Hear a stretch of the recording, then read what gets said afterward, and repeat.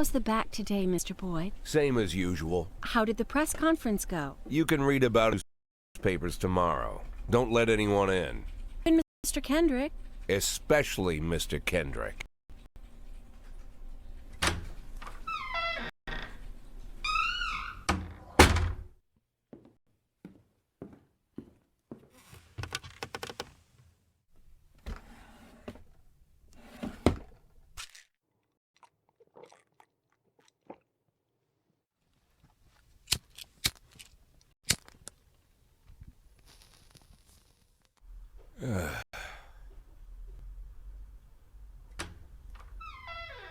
As soon as I heard the door creak, I knew what face I'd see. When I tell Emma not to let anyone in, there's only one man it could be. Rude, arrogant, no warning. That's Mayor Rogers in a nutshell. White summer shoes, white socks, white shorts, white polo shirt, and the white smile of a hungry shark. Mayor Rogers enters every room like he owns the place. Even the floorboards under his feet sound like they're creaking an apology. He never shied away from the odd corruption scheme. It's like the devil walks behind him. In the movies, the villains controlling the city play golf with the judges. Rogers plays tennis with them instead. That's about the only difference. Jack, I was hoping to catch you after the press conference. You ran away so quick. There's no smoking at City Hall. No reason for me to hang around. Well, this morning I signed a ban on smoking in all public buildings. Soon you won't be able to smoke here either. Soon enough I won't be here at all. That's what I wanted to talk to you about. The people of this city like you, Jack. The police chief of all people. Don't betray that, Jack. Don't get wrapped up in any schemes. Sit nice and quiet for the next 180 days, and you'll be remembered as a hero. That's the only thing that you still have left. Be the hero. Then how am I supposed to scrape together a retirement fund? You had a million chances to secure a luxury pension, one that even I would have envied, although I've never set aside any money for myself. I'm not planning to retire anytime soon.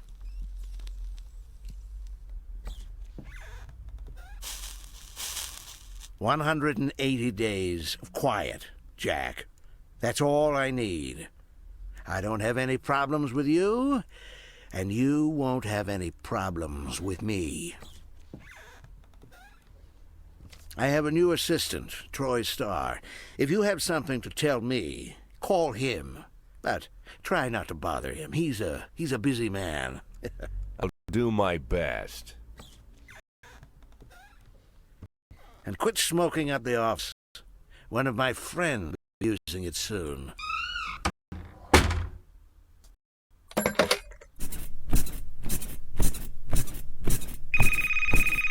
Oh, I'm sorry, babe. Only the mayor has this number. Mr. Mayor? Yeah, is this Troy Starr? Yes? Go fuck yourself, Troy Starr.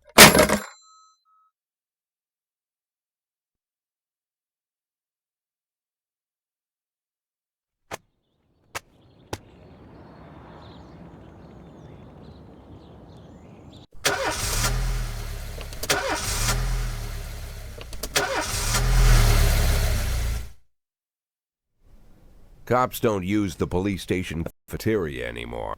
There's some kind of stigma against sitting shoulder to shoulder with your partners. Everybody just takes snacks from the machines or grabs a meal and hammers it down in the corner like a vulture on a corpse. The main thing? Don't look into anyone's eyes. Could be construed as an invitation to sit together. The only people eaten here are ghosts.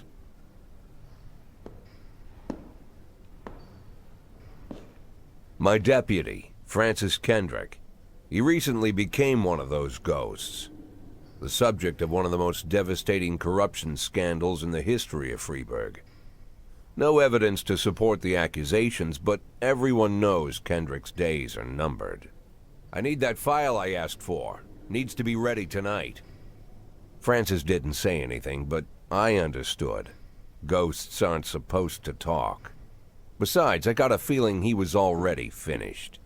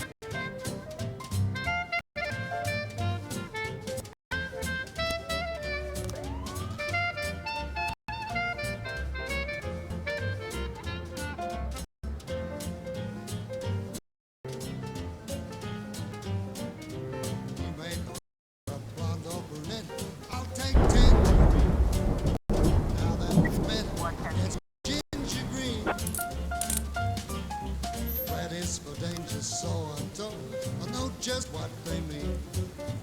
Got a whole sweet ginger green. She's sweeter than Sue and Georgia Brown beats Lulu too. When she's back in town, now she can shimmy like Mr. K. She's a dance queen, fit for a king. Swing sweet ginger green.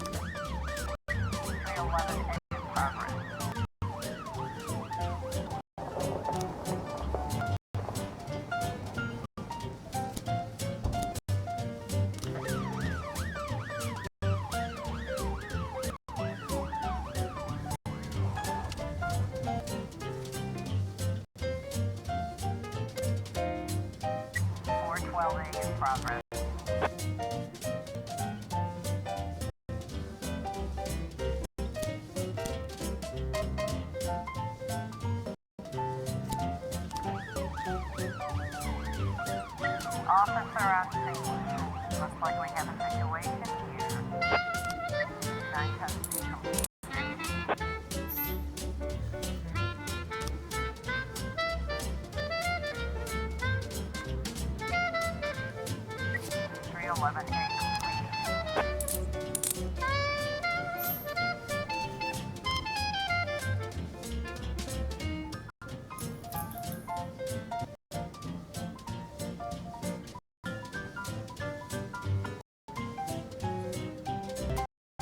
She can shimmy like City K.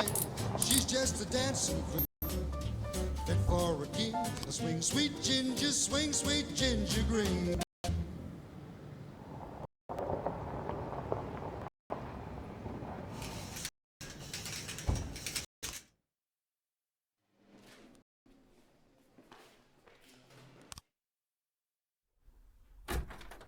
Used to be, when I asked Kendrick to stay late at the office, he liked to grumble and crack wise. Nowadays, he doesn't have the strength for it. Slumped shoulders, blank stare, wrinkled skin. The past few weeks, I don't hardly recognize my old friend. In his younger years, he reminded me of a gallant royal officer in an old Kipling story. Kendrick isn't just crumbling under the weight of the public pressure, but from the shame of it all. Internal Affairs raided the library he inherited from his grandfather, hoping they'd find buckets of cash stashed in the pages. Heard about the look on his face, the fearless policeman standing helpless in horror. I've known Francis for 30 years. The past 20 years he's played loose with the law. And I know that at a certain point every stolen dollar brings more misery than anything else. Probably sounds crazy, but I sympathize with the guy. What can I do? Your friends are your friends, and these are the waters we swim in.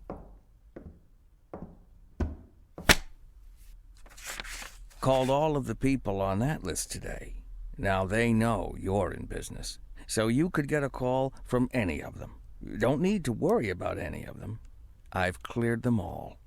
And what kind of business are we talking here? It's nothing too serious, just like you asked. Should be just a few small favors. Payments will vary depending on the situation and who you're dealing with. How much are you looking to earn? $500,000. $500,000? Why not a whole million? Because everybody wants to take $1 million. Figured I'd try something different. $500,000 in 180 days? Well, you could earn it all above board if you netted all the big fish and hit all your bonuses. Never knew you for a fisherman. Well, you never got into my business, and I'm not trying to get into yours. But be careful about bringing in any other cops. Sooner or later, they'll put the finger on you. And one more thing, Jack. I remember what you said, but I should probably add one more name to that list. Christopher Sand. Sand. Christopher G. Sand. Everyone knows the name, but few could tell you who he is. The old man stays away from the spotlight. Always wears old-fashioned jeans and knitted sweaters. Gives to charity. Rarely attends social events. An avid hunter, I hear. Even dabbles in poetry. You'd never guess he's the head of the oldest and most powerful gang in the city. Goes back as far as his great-grandfather. And Sand is strict about following the old rules. He rarely involves himself in commonplace murders and robberies. Hardly needs to intimidate anyone to get his point across. The people who work for him each have their sphere. They provide protection where needed, even work with the authorities when they want to make a deal. Meanwhile, Sand pulls the strings without getting his hands dirty. People sometimes mistake his quiet approach. A couple years ago, an arms dealer decided to expand its business without asking permission, and his whole family paid the price. In 4 weeks, Sand killed 31 people. Old men, women, even a few teenagers. And Sand's people made sure every paper reported it. Frank, I don't want to hear you say that name again. Jack, please, listen to me. I'm in with these guys. We agreed, Frank. That's not the kind of business I'm into. I don't go there. Never have, never will.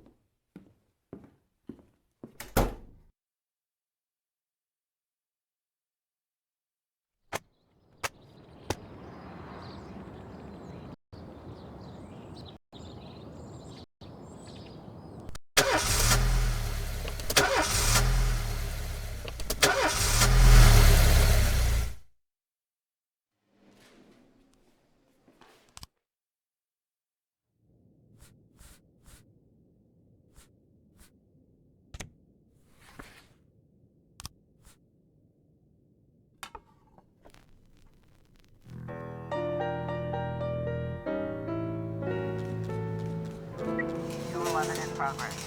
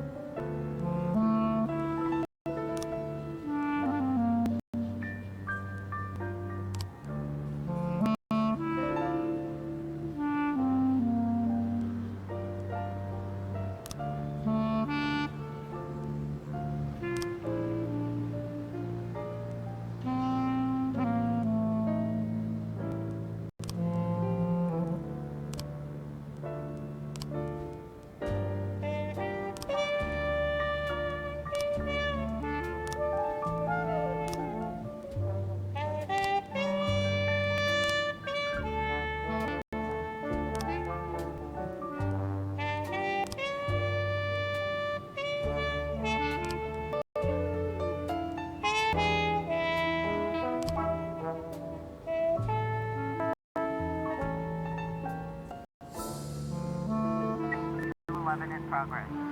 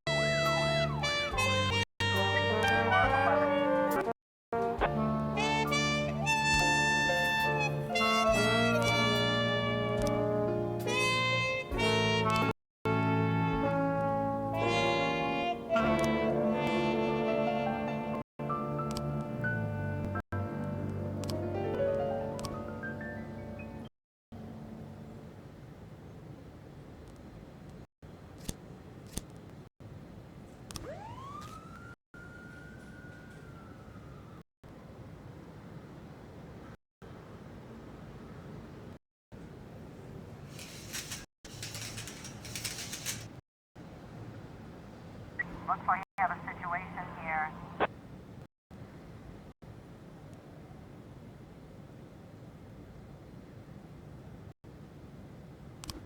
Eleven.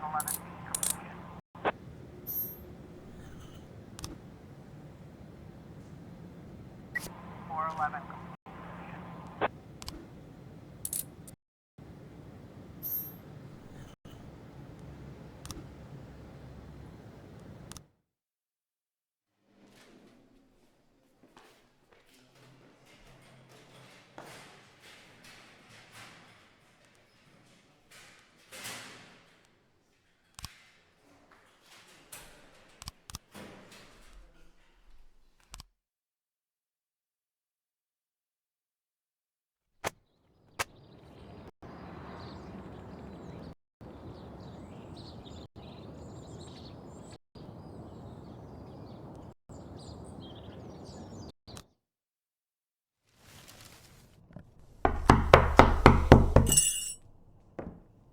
Whenever I'm alone at home and there's a knock at the door, I always hope it'll be my wife, Laura.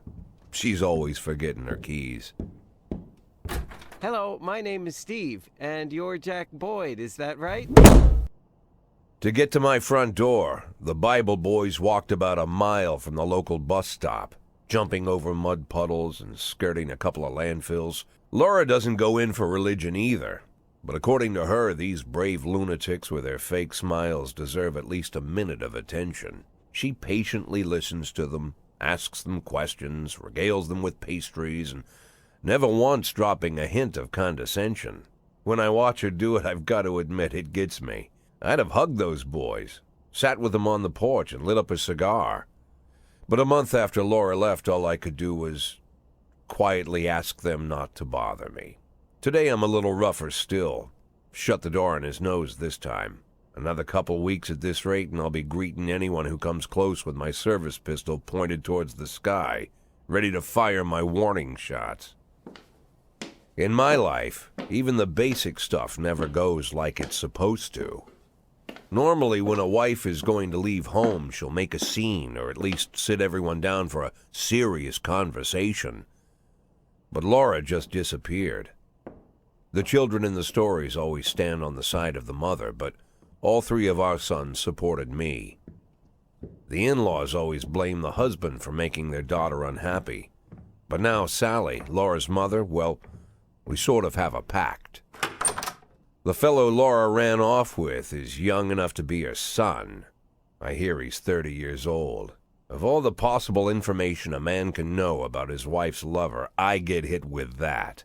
Fortunately, Laura's mother doesn't like the way it sounds either. Sally figures this guy just thought he'd have some fun with a mature woman, but he'll be back chasing college girls before the year is out. So we have an agreement. Sally's going to track down Laura and try to reason with her, and we'll arrange a meeting.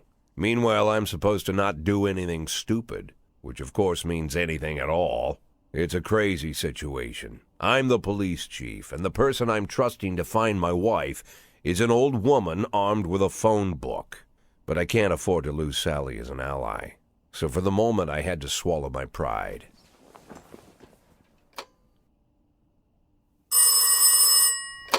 Hello.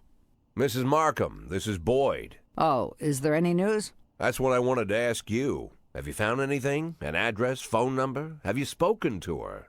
Don't worry, Jack. I've narrowed the range to 2 suspects, or whatever you like to say at your police building. At my police building, we find people faster than a funny old woman chirping on the phone with my wife's girlfriends. Oh, you're an old man, Jack. Come to your senses. They'd give us straight odds on the street. But I've got more energy, Jack. Maybe you think I'm a foolish old woman, but I go to my book club, argue with the girls about Byron, and it gives me energy. I talk to my dogs, and it gives me energy. And you have nothing, Jack. You don't even have a hobby. You got no passion. It's why Laura left you. Let's not go back into that, Sally. Find my wife, and we can discuss my hobbies later. I'm waiting for your call, and my patience is running thin. Laura, if you've stopped loving me, I'll let you go. I can't expect the impossible from you. Just don't let me die out here, okay?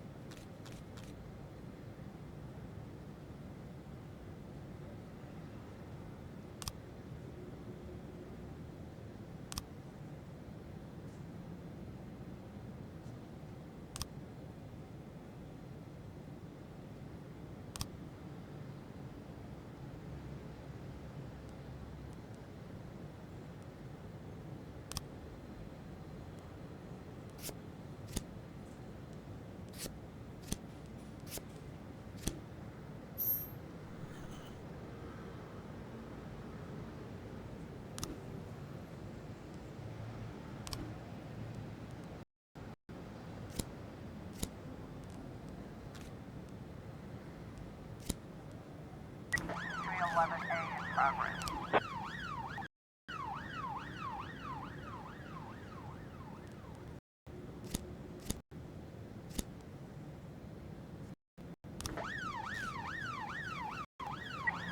A in progress.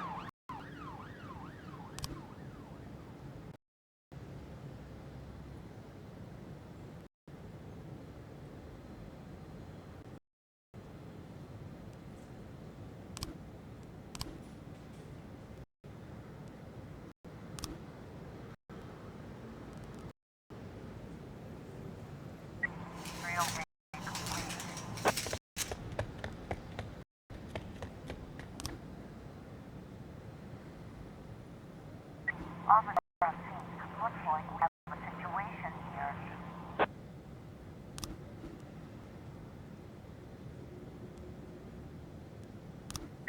(311A) complete.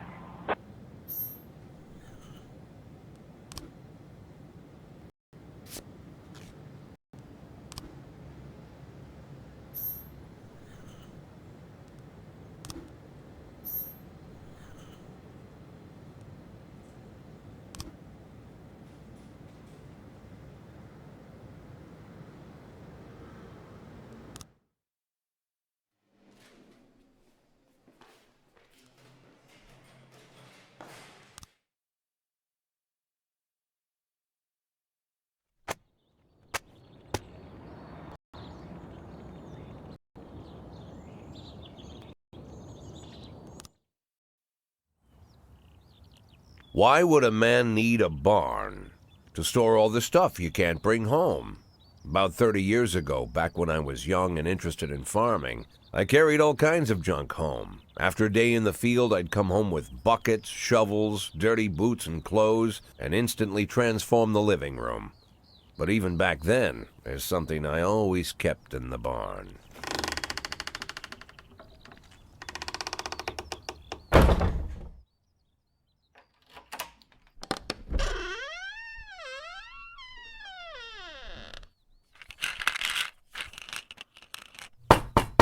I stopped keeping my pills inside the house because every time I was about to take a triple, someone would knock on my bedroom door.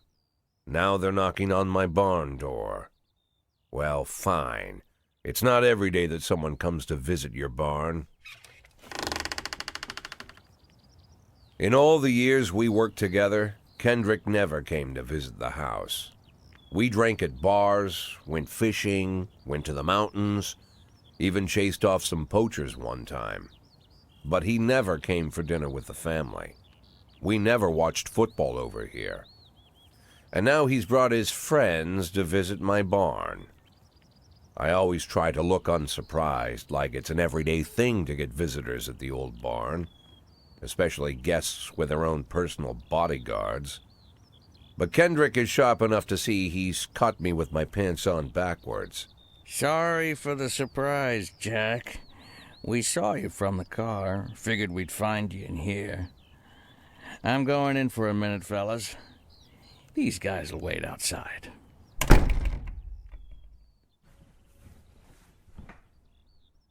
How long you been dating the lover boys? They're Sans people, Jack. Yeah. So now you're appearing in public with members of the Mafia? Jack, I'm leaving tonight. More like fleeing. Jenny and I are taking the girls and making a run for it. Probably won't be seeing each other again. I've got new documents, a new name, a new life, everything new. The papers say you're still working your last week for the department. I've got to get out today. I won't be getting another chance. Don't know if you noticed, but the whole city is against me. You told your Mafia friends about your plans. Jackie, if I don't fix everything with them in the next few hours, they're going to kill me. And not just me. My family, my relatives, God, Jack, I don't know who else. They found out that I was planning to run and they demanded that we close our contract today. Your contract, Frank? Really? Is that how you talk now? Maybe you should call in the lawyers to straighten all this out. Now is not the time, Jack, please. I have a commitment to them until the end of the year. They need an inside line at police headquarters. I can't just give them back the money. That's not how the mafia works. If I can't find someone I can trust tonight, I'm dead. You know me, Jack. I wouldn't ask you if I wasn't afraid they'd cut my daughters to pieces before sunrise. He's the damn fool who puts his daughters in the crosshairs in the first place. Anyone in my place would have dressed him down good. But I didn't want to pile it on. Fate's already got this guy's soul in the grinder.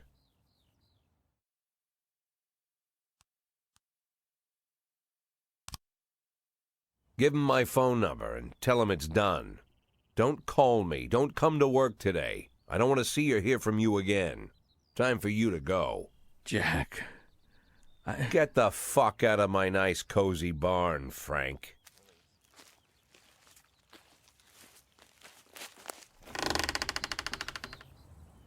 At the time, I was trying not to think about what just happened. It was almost too much to take in. I'm probably the most popular police chief in the history of the city, and I have to admit, I've thought about that more than once, sometimes with a little pride even. In one of the features they wrote about me in the papers, they said it pretty plain. He catches the criminals. Believe me, high praise like that is unheard of in Freeburg, especially for a cop.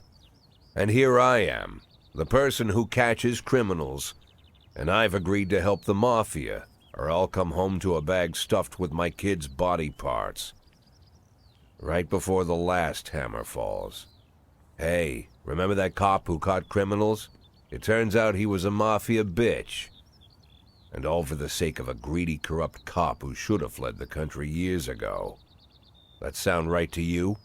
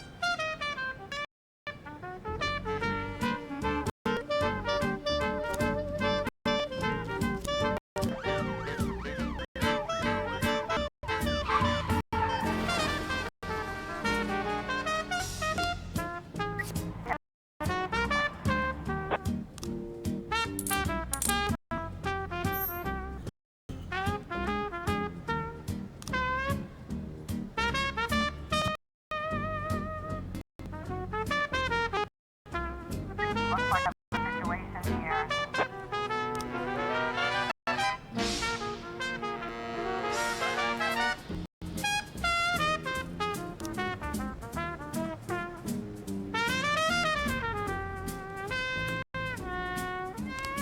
Nine testing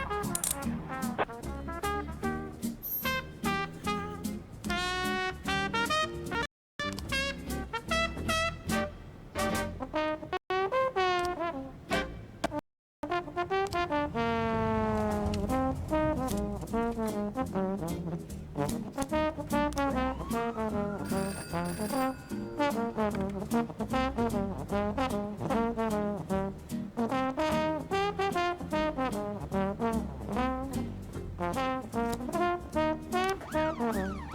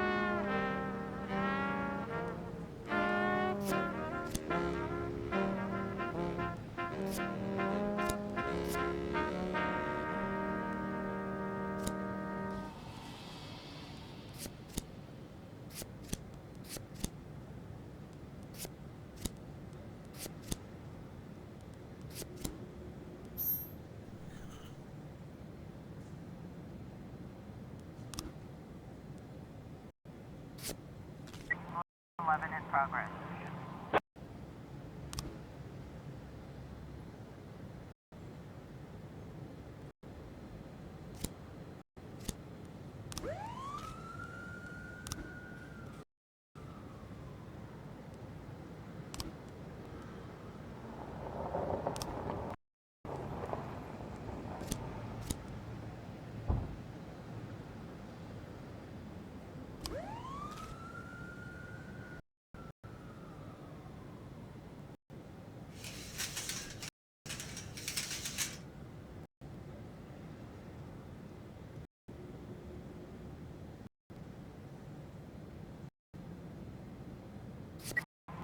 Complete.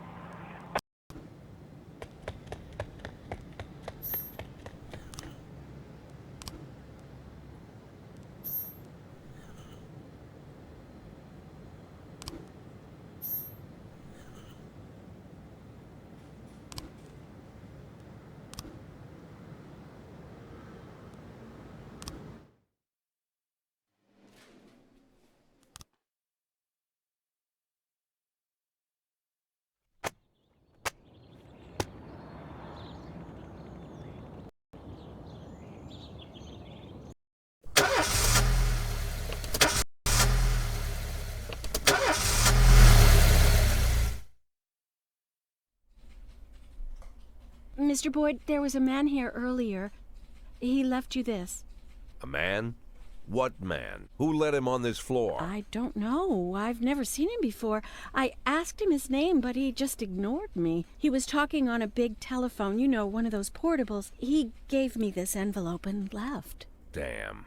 Okay, let's see about this.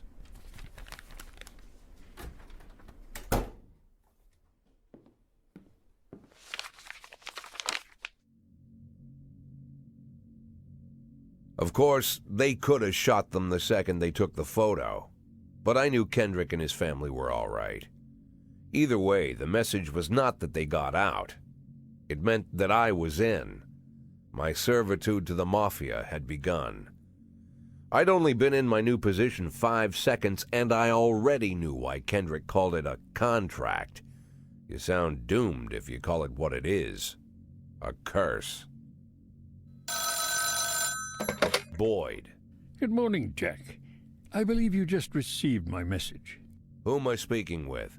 Oh, I'm sorry. I forget some people don't recognize my voice. But I assure you, Jack, if I was sitting right there in front of you, you'd have no trouble recognizing me. Like I was a member of your family. Even better than a wife, perhaps. A wife can betray you. No man is immune. I don't talk to people who don't tell me their names. Oh, Jack, don't be so childish. You're too old to run away from strangers. Yes, we both are. And in our old age, friendship becomes rare and all the more precious. But of course, we must work with new people and find out new names. So if you insist, Jack, let us formally meet. Hello, Jack Boyd. I'm Christopher Sand. Wonderful, Mr. Sand. And what is it you do for a living? Oh, you'll soon find out all about that. Well, you'll learn much more than a simple policeman could ever expect. You're a simple policeman no longer, Jack. Don't turn off your phone. You start today.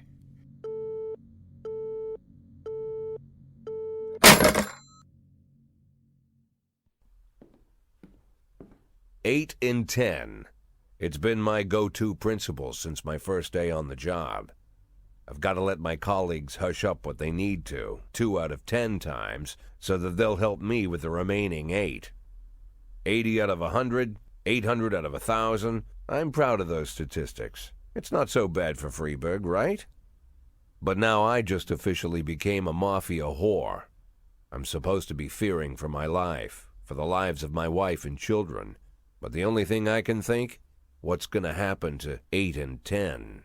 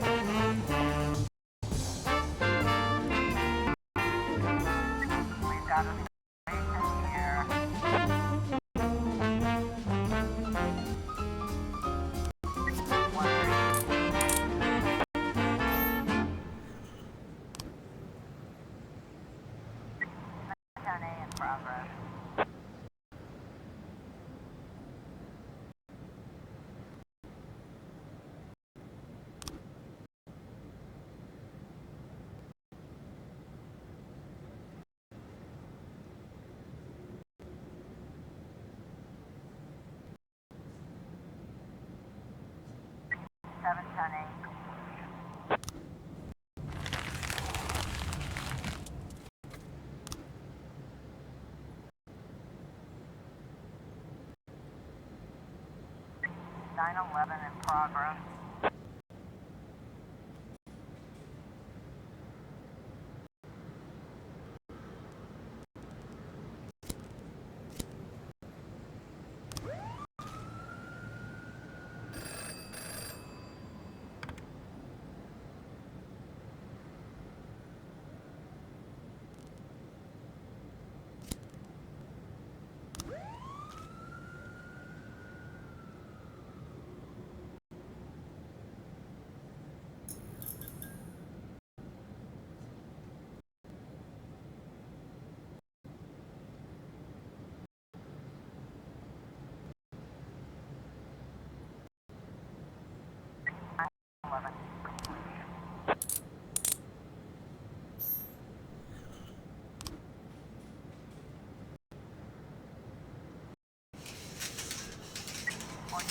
In progress.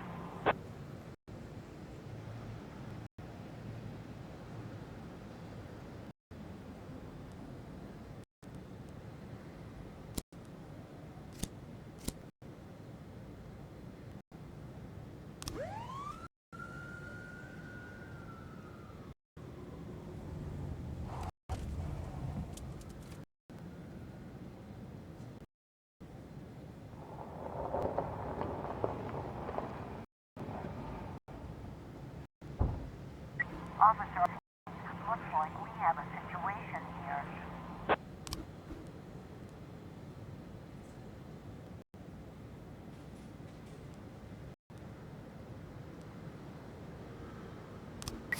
Four 12.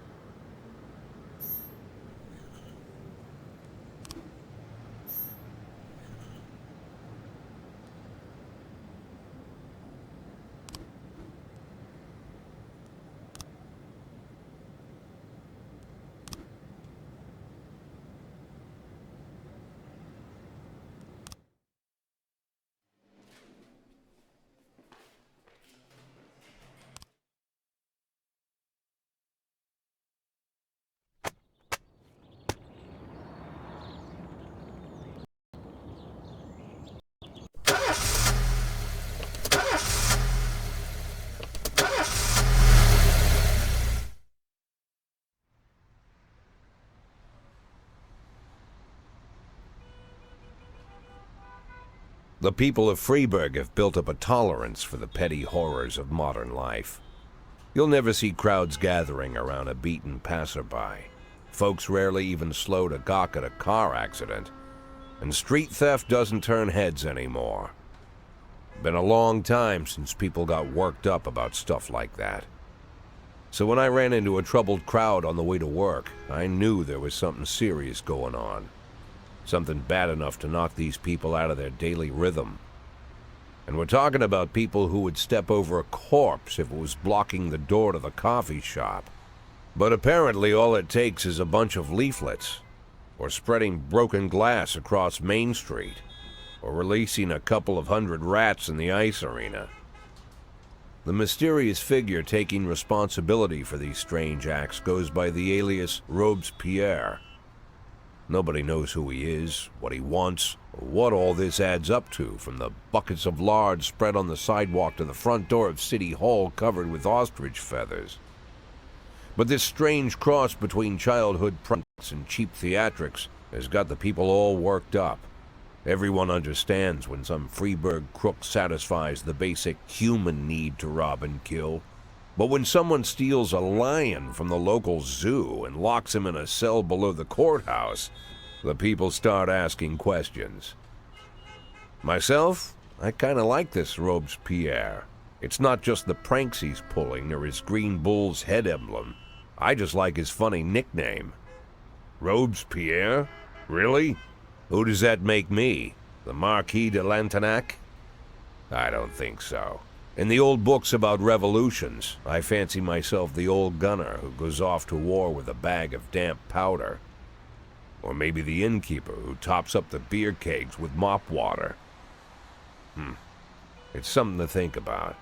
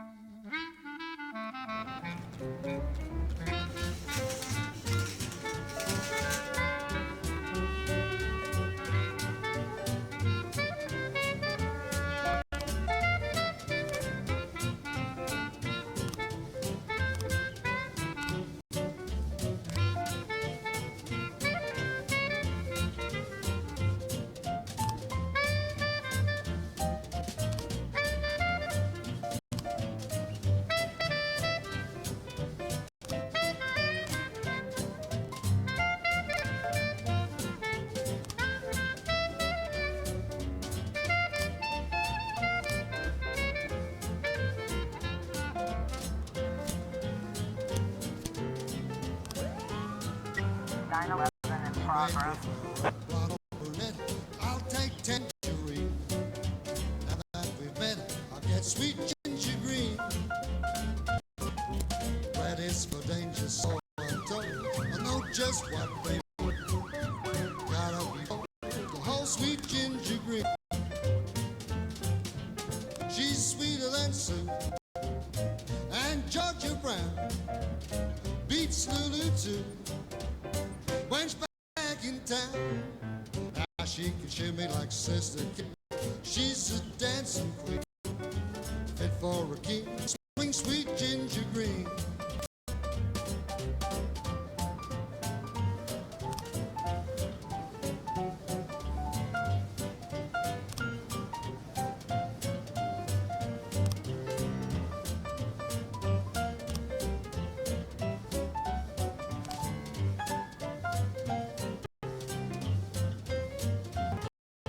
In progress. Situation here.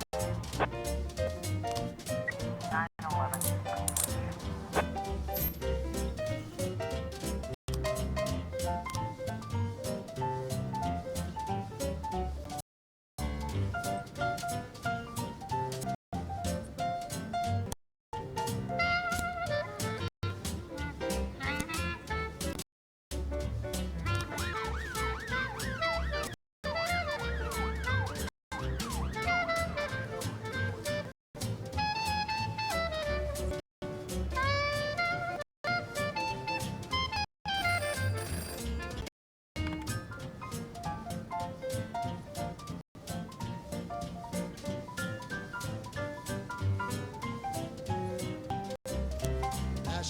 shimmy like Sister Kate.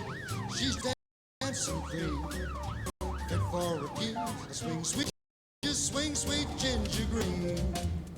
Complete.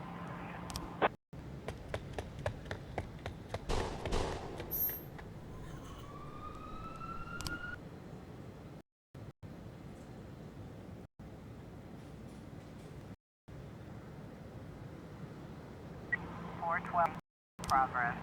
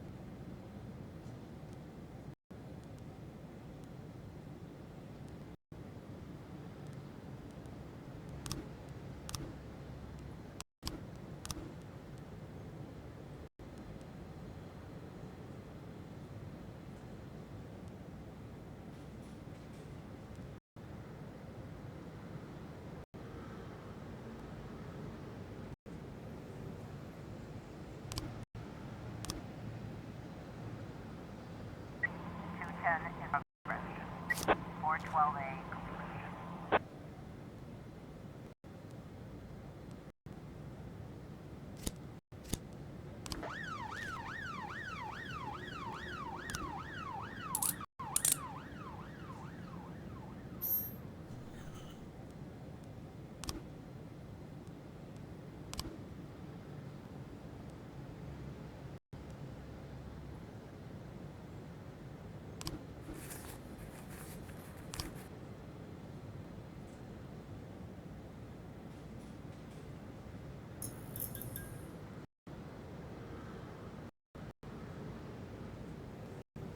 Looks like we have a situation here.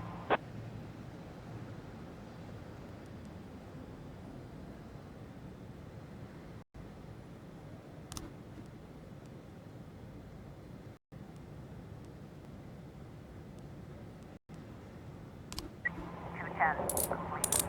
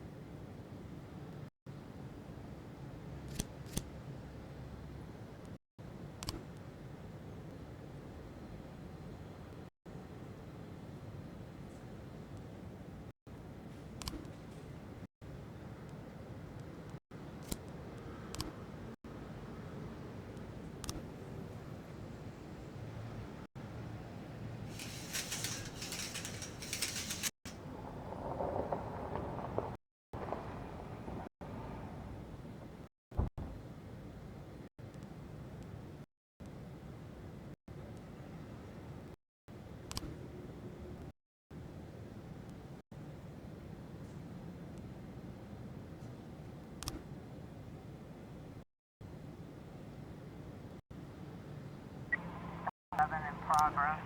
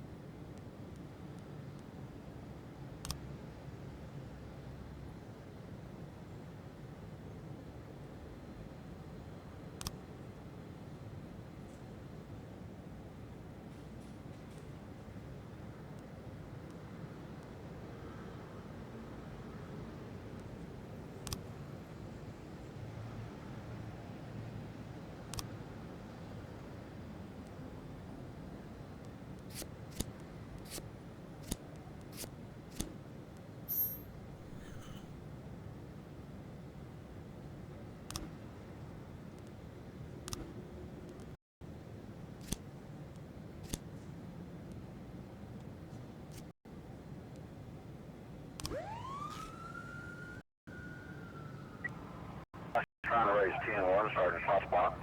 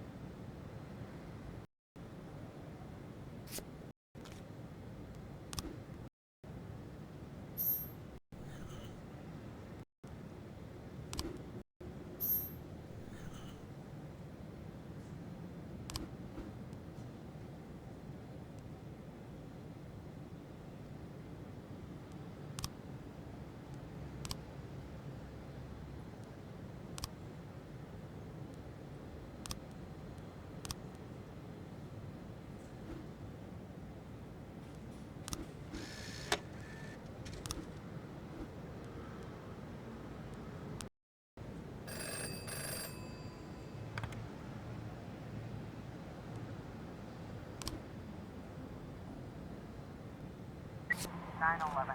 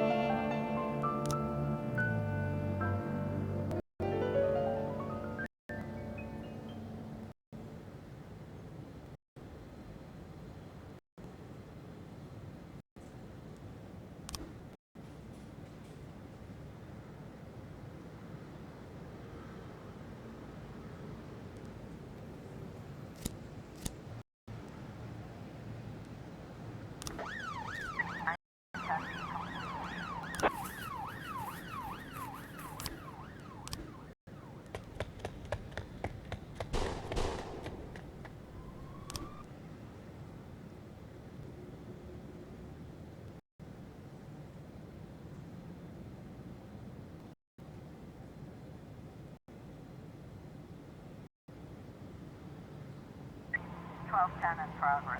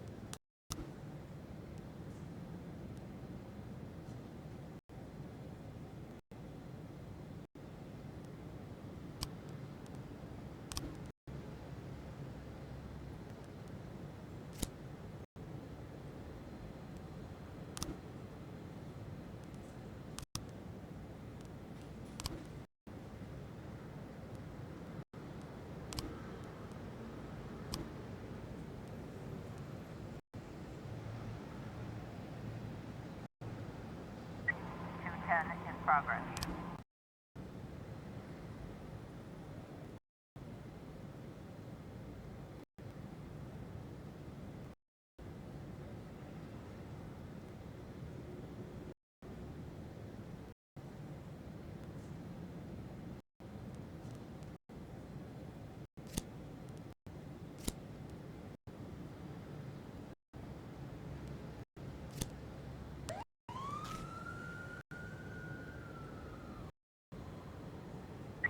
We've got a situation here.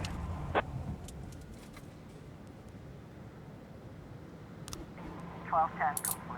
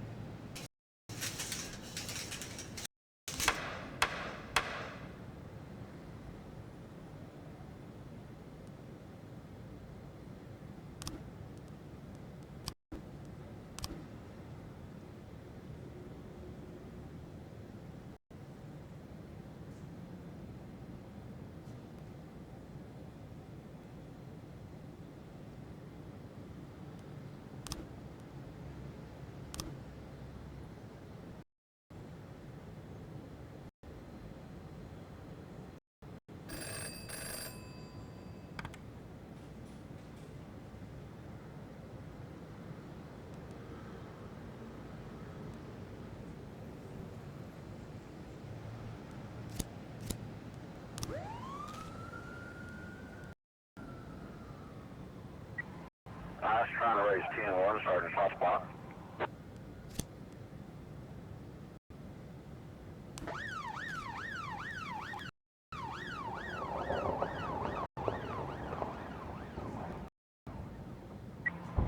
In progress.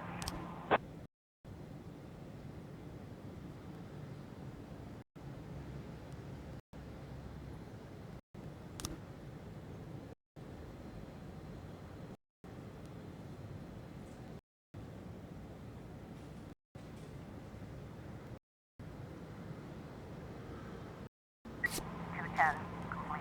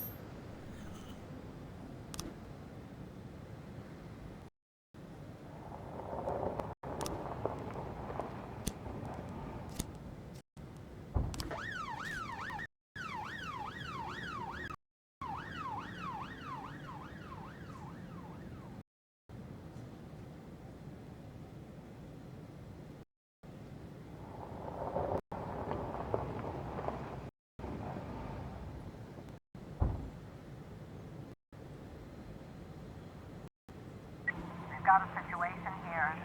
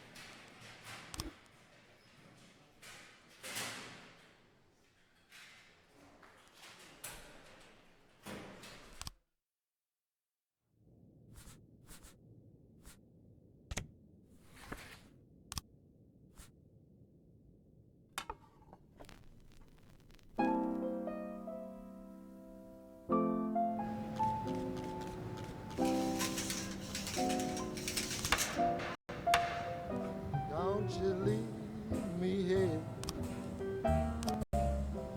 Don't you leave me here.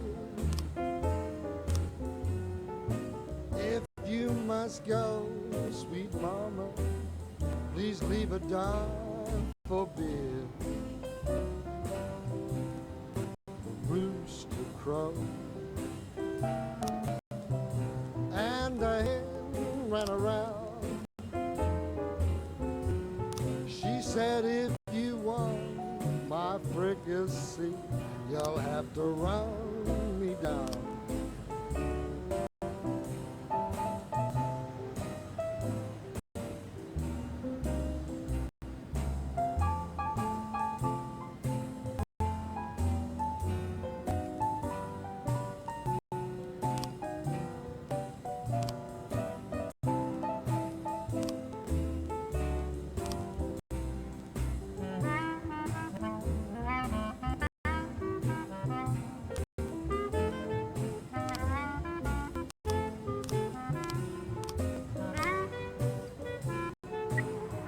In progress.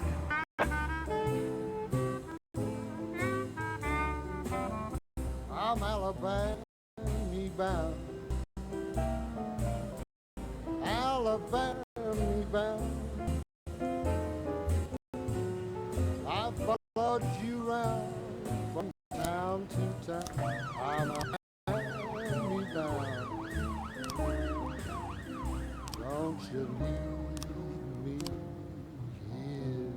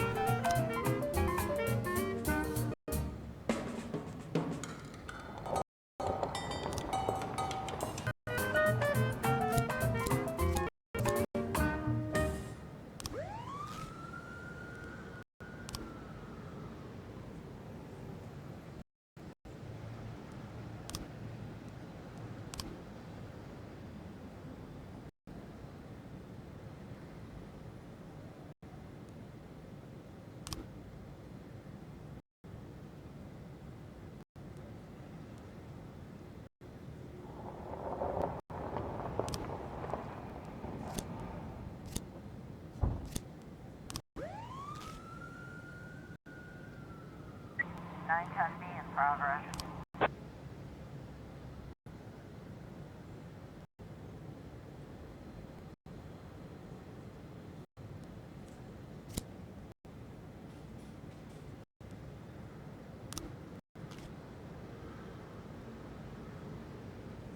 Looks like we have a situation here.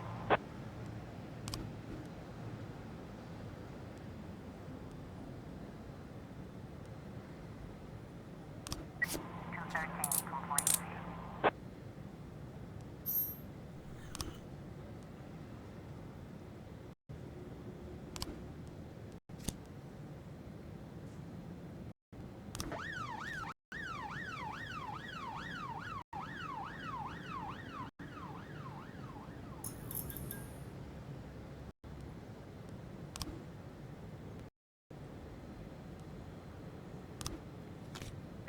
410B in progress.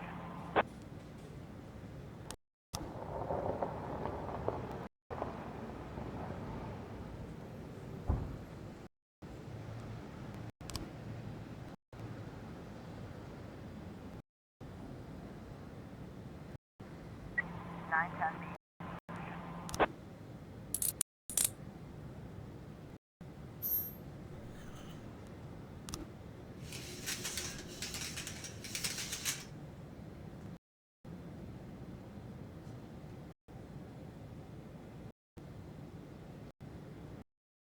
Four 12A in progress.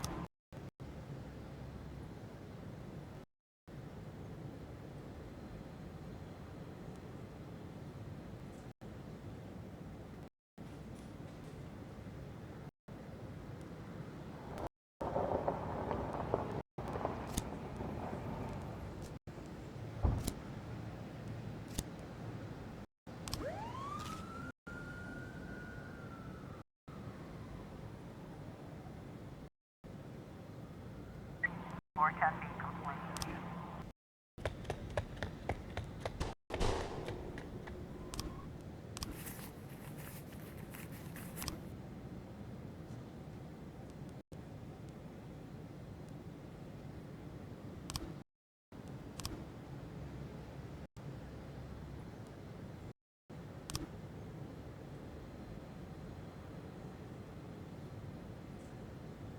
We've got a situation here.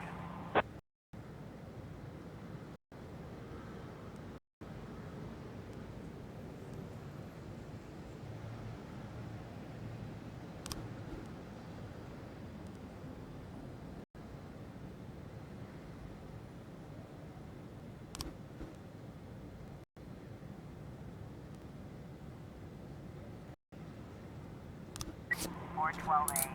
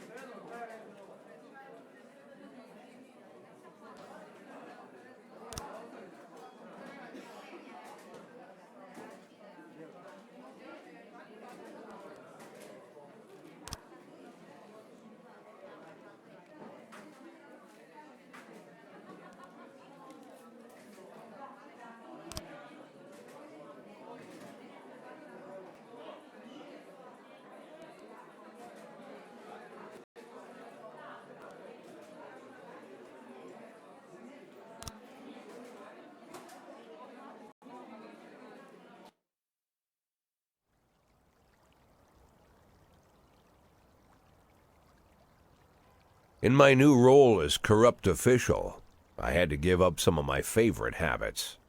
I couldn't turn off my phone when my head ached. Couldn't sleep till noon on Saturday and let the rest of HQ take up the slack. No more days off to go fishing. But my weekly visit to the old Colony Club was more like tradition. One night a week, I absorbed cigar smoke, the vague smell of alcohol, the stench of urine, all mixed with toxic levels of old drunken belches. Same picture it was 30 years ago. Tradition's gotta be honored. And to stay faithful to the tradition, you've got to respect the standard rituals. When you're about to roll out of the club, you need to take a deep breath and count to 100. If your stomach doesn't do a backflip, you should be good to make it home. This time I only got up to 60. I was interrupted. Why? You look even better than you do on TV. There's nothing more impolite than approaching people in the alley at the old Colony. This is the most private place in the city. All who enter here dirty their shoes with the most elite stream of vomit in Freeburg. This asphalt has been blessed by judges, lawyers, artists, businessmen, and all our politicians. Takes a lot of balls to crash the party. My head was a drunken haze, but I knew who he was. A cartoon gangster suit straight out of Dick Tracy. Fancy voice, fruit cologne, sassy strut. That's how the newspapers described Vikas Varga, rising star in Freeburg's criminal underworld. He appeared out of nowhere, and with the support of the local punks, Varga broke all the old rules of organized crime. He killed those who could not be killed, traded what could not be traded, and robbed those who could not be robbed. In just a single month, this man had gathered an incredible amount of power. He's been called everything from a clown to a madman to a criminal genius, and more often than not, he's called a low-class upstart short on ideas. But if Vargas was one of the old crime bosses, he'd have been cut into pieces and fed to the river. Look past this guy's arrogance, and there's something about him. The city is still deciding what to do with him. Meanwhile, he's burning down the houses of old city mobsters. Not the best time to talk, Mr. Varga. Well, you know my name. I'm flattered, although not very surprised, to be honest. I might be a little short on manners. Like they say in your fair city, with the right manners, you can go anywhere. Well, I don't want to go anywhere. I want to stay right here. Even the criminal world needs manners, Mr. Varga. And one of them is this: don't interfere with a drunken cop who's trying to take a shit and puke at the same time. Oh, you exaggerate. But is Freeburg always so gentle with its officers? You've been a bit roughed up lately. I see you already know Freeburg quite well, Mr. Varga. Well, I love to learn and look around, but I do know that the inhabitants of this fair city should be friends, Jack. Maybe it's true I don't have the best manners. After all, it's only polite for friends to share their phone numbers.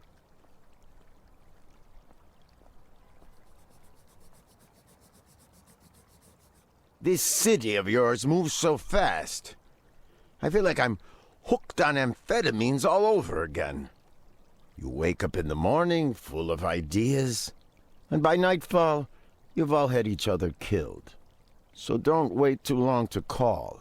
I don't mind if you're drunk. It's all the more fun. I'll be stoned myself, most likely. Hell, I'm a little stoned right now. It's the only way to live in this place. I like your city, Jack. I'm here to stay. If it weren't for the phone number written on my arm, I probably wouldn't have remembered the conversation in the morning. But there was no reason to worry. I'd be getting a reminder soon.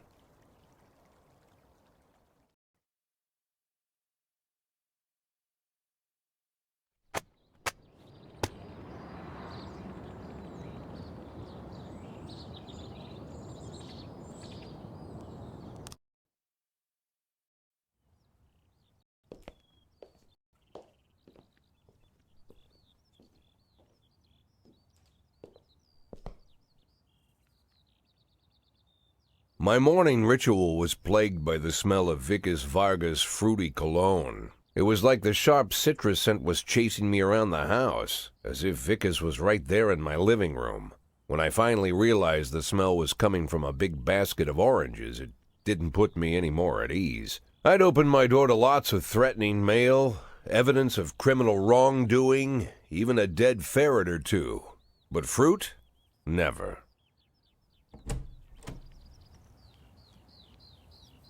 You the fruit guy? Excuse me? Was it you that brought the basket of oranges? Nah, it was here when I arrived. Fine.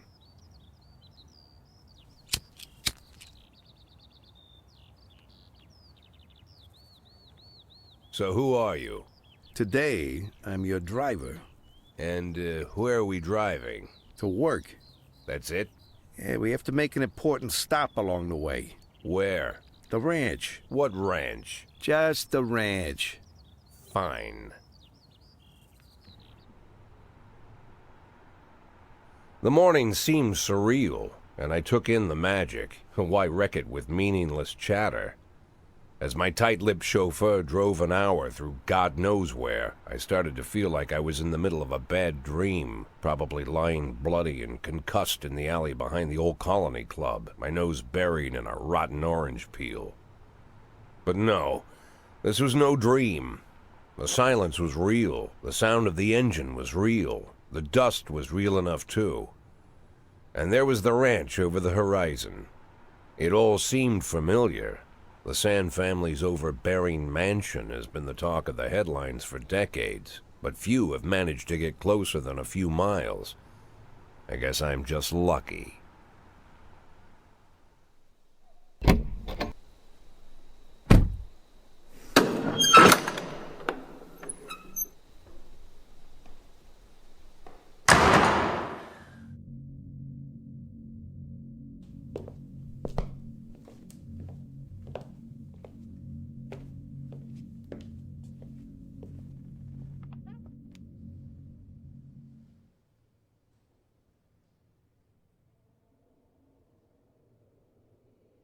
I didn't know you took private meetings, Mr. Sand.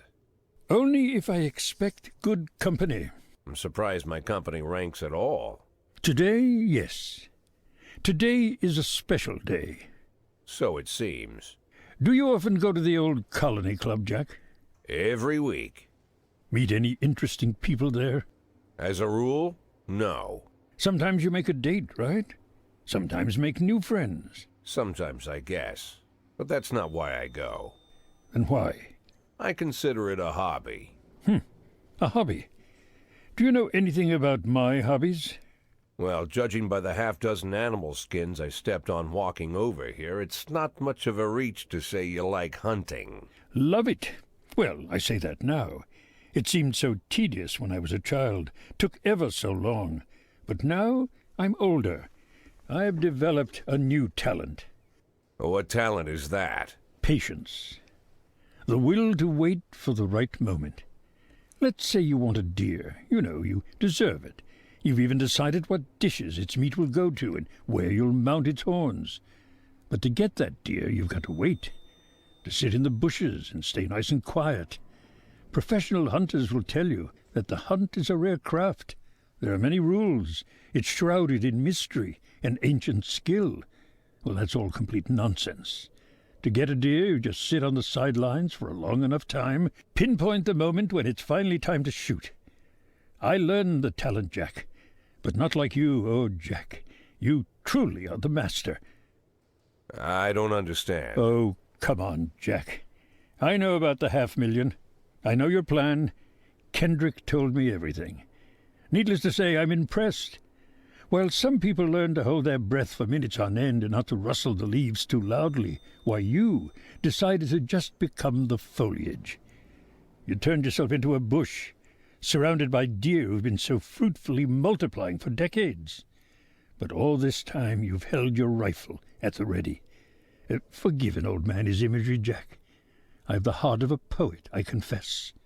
Look, I don't know what was said between you and Kendrick, but it sounds like you got it wrong. Oh, I think I understand everything just fine. And I think we understand each other quite well. Jack, in the coming war, we'll make excellent partners. What war? One war falls upon every generation. My grandfather drove out the Ambersons back when he was 27. My father destroyed that psychopath gangster Maurice Bell when he was a sprightly 30. At 69, I'd begun to think my war had passed me over. But my time has come at last. Tomorrow Vickers Varga declares war, and I'm obliged to answer. So we're talking about Varga now. I don't know how he thinks. I don't even know whether he plans his actions or not. I can't divine his purpose. Hell, I don't even know where he comes from. He's a man not of our breed, wouldn't you say? But when he arrived here, I invited him in, told him we could work together. An official invitation penned in my own hand and written on some very expensive paper. And can you imagine his reply? A fruit basket. What sense can be made of such a message? I guess it means whatever you want it to. Precisely. I'm late for work, Mr. Sand. You know, Jack, I could just give you $500,000 right now, cash, whatever denominations you like. But I would never insult you so. If I went stalking my prey for so many years, I wouldn't want someone else to shoot it for me. I understand you, Jack, and I'll never ask you for anything that's contrary to your nature. Just think about our conversation. Think about it, and call me.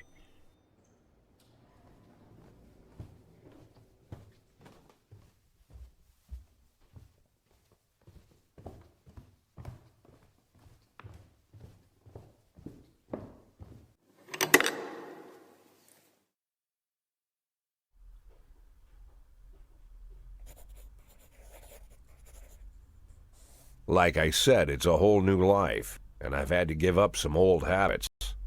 One of them, keeping away from things that don't concern me. Now I can't afford the luxury. This spotlight I'm under, concerns is all I got.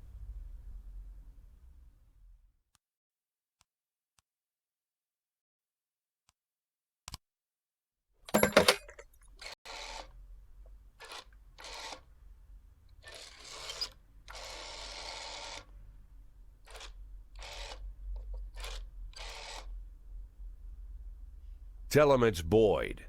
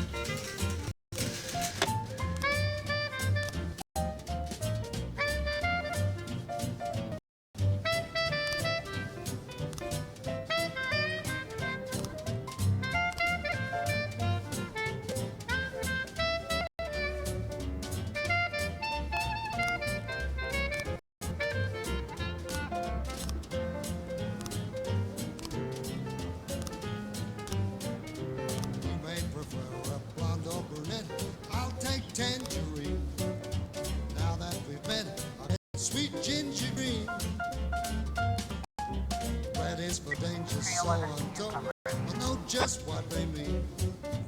Gotta be bold, the whole sweet ginger bean.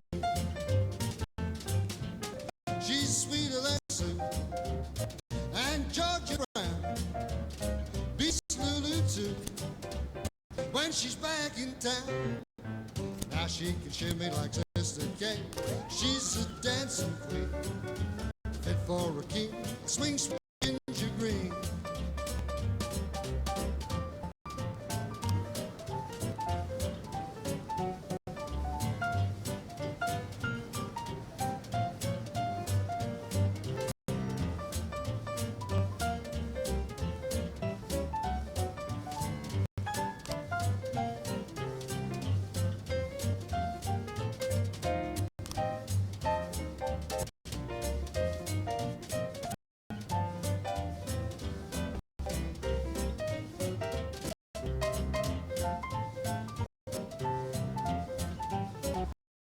I was trying to raise 10-1, so I...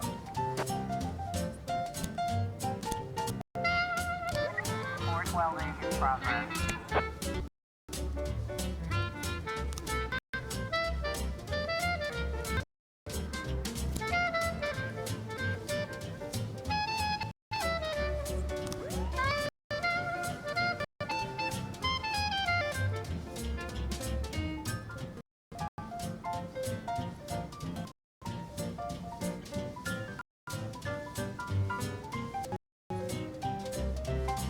She can shimmy like Sister Kate.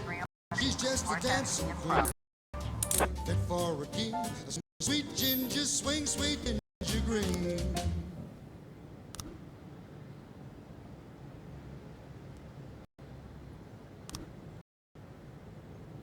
Officer on scene. Looks like we have a situation here.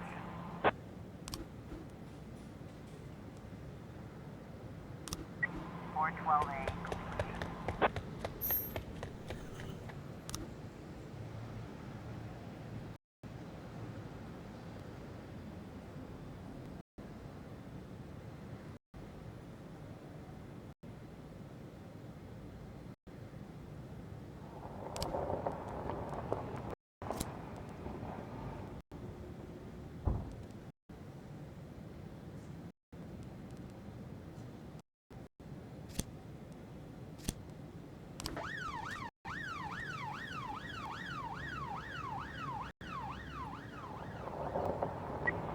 A in progress.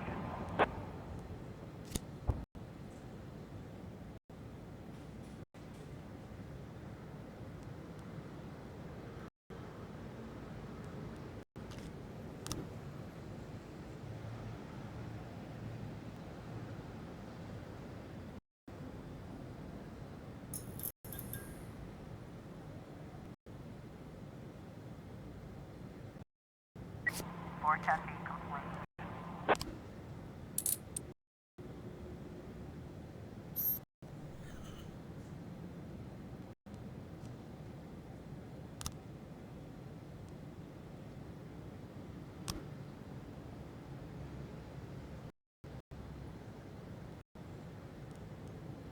Four ten A complete.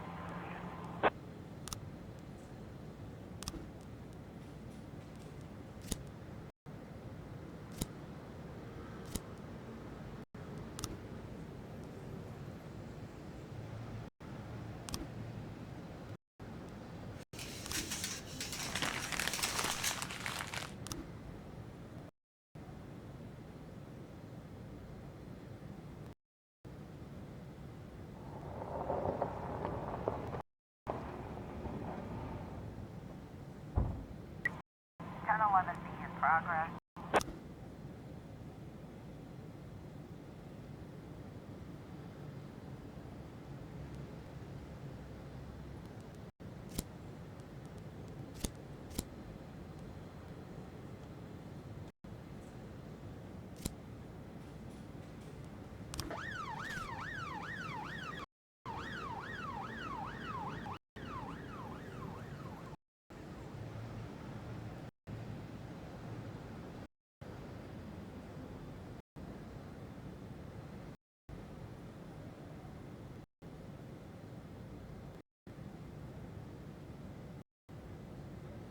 Looks like we have a situation here.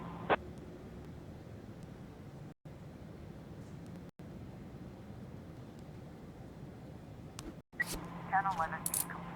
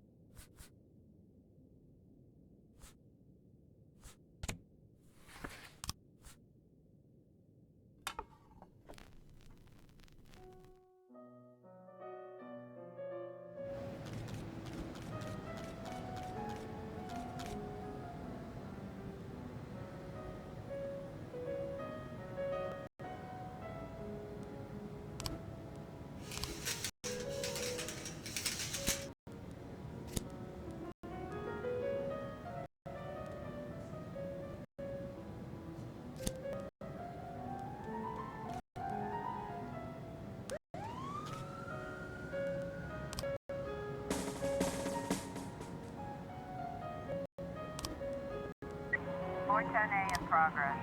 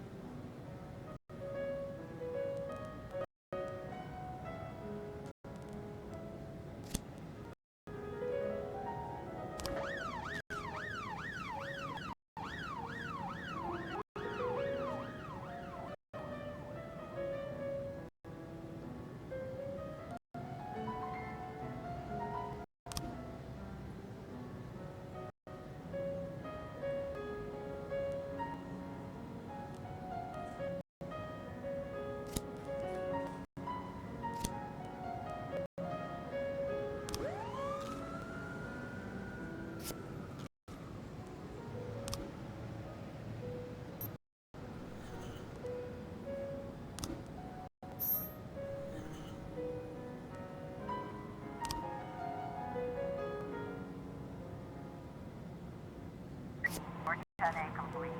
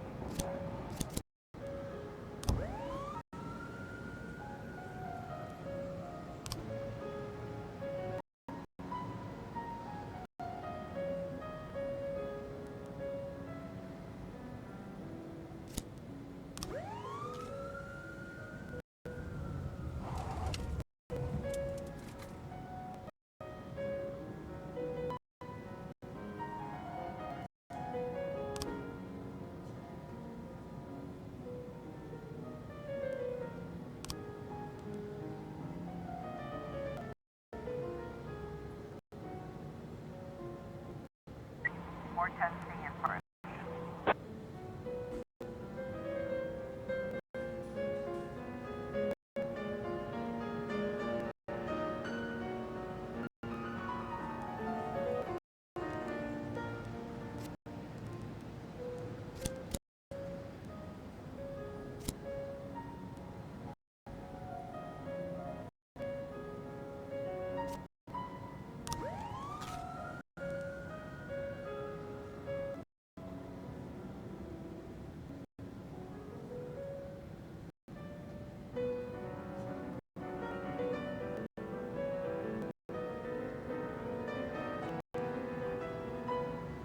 More testing complete.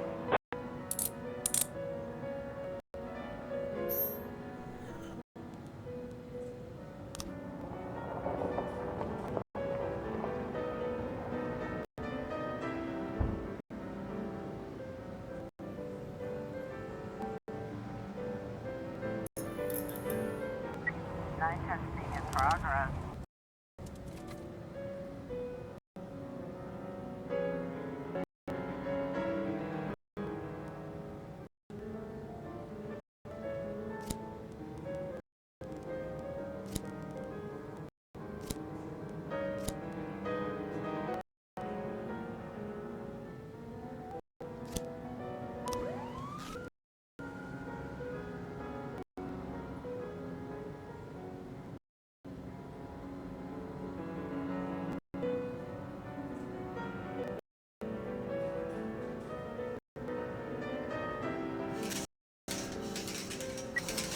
Situation here.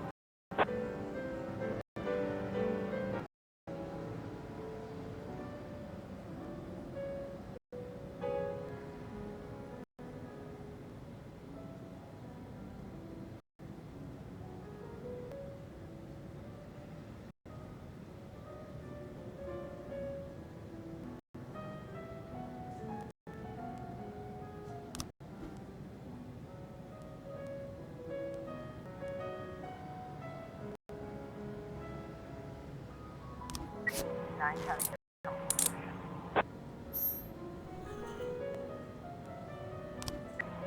11A in progress.